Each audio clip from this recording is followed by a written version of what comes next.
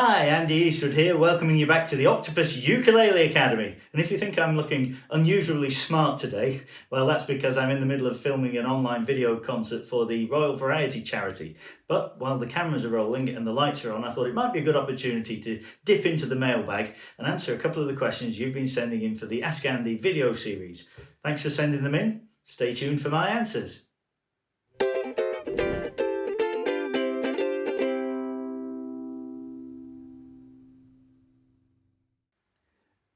Now, here we have a question from Jim Whitehead. Jim says, I find B flat and B minor chords difficult to place when I'm playing a fast song.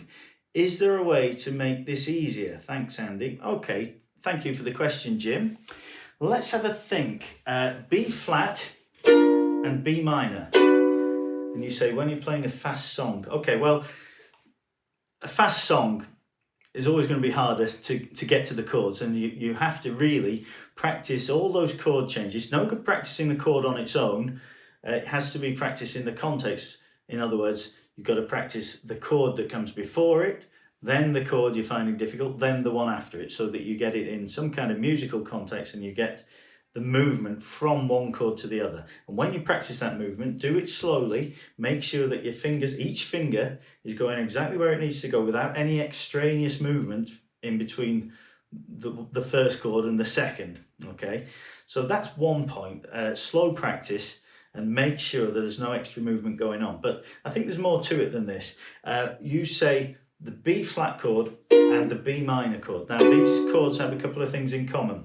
They're both bar chords, partial bar chords. In other words, on the B flat, we're barring across two strings with the first finger. Some people play it barring right across all the strings.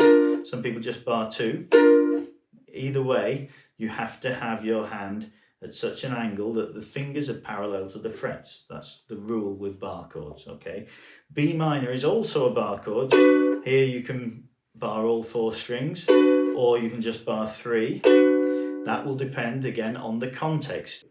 But in both cases, you have to have your hand so that the fingers are parallel to the frets. That means getting the whole angle of your hand, wrist and arm correct. Now there's even more to it, because there's another similarity here with these two chords. Both of them have the third finger on the G string. So that one's there for the B flat. The B minor, it's there. So it could be that you're having trouble getting that third finger to exactly land where it needs to be on the G string. Now, what it's going to come down to, inevitably, is your hand, wrist and arm position. Because if your fingers are not landing where you want them to land easily, it probably means that everything else is in the wrong place. Don't give the fingers all the work to do. Don't forget these big muscles in the arm could very easily help you out. So you've got to find the position that your whole arm needs to be in. Now, in this case, it could be that you are, in fact, I've got a strong suspicion because I've come across similar problems with a lot of students in the past. It could well be that your wrist is too far forward. I suspect maybe you need that wrist to come up like this.